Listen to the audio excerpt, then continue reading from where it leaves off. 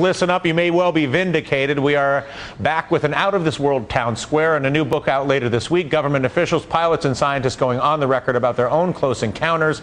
Michio Kaku, professor of physics at CUNY University and host of Sci-Fi Science on the Science Channel, got to read the book early, and he joins us with a review. Quite simply, Professor, do unidentified flying objects without question exist? 95% of all UFO sightings can be immediately identified as the planet Venus, weather balloons, weather anomalies, swamp gas, you name it, we've got it nailed. It's the 5% that give you the willies.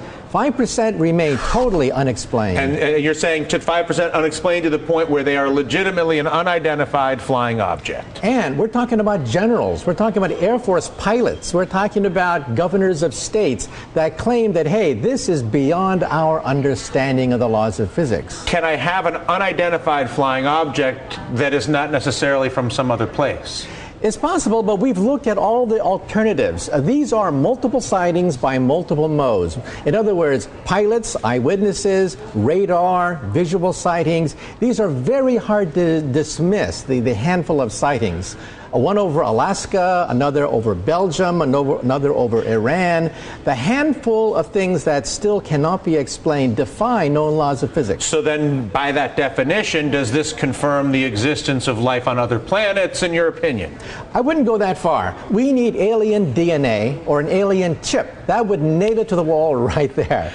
We don't have that. We don't have the smoking gun. But this book is as close as you're going to get to the smoking gun. We're talking about senior military officials who were involved in the investigations of these incidents saying we are clueless. If you were to look at those who argue, well, hang on, there's no way that they could get here from some other planet, that the technology doesn't exist, the stars are too far away, you rebut that sort of thinking with what?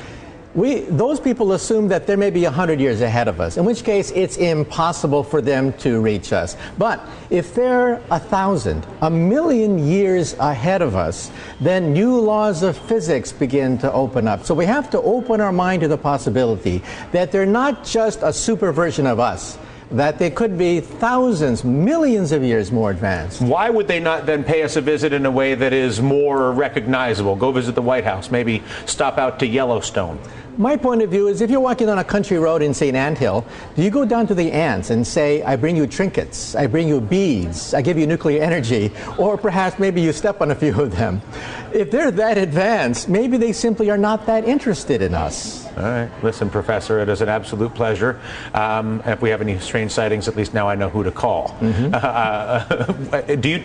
I let you go, do you teach on this subject at the university? On UFOs I mention it specifically? when I teach astronomy. Also in Sci-Fi Science, we have a whole episode about what kinds of physics could open up in the next 1,000, next million years. They could let us travel a few million miles at a time. New kinds of physics on the Science Channel. Very cool. Listen, a pleasure.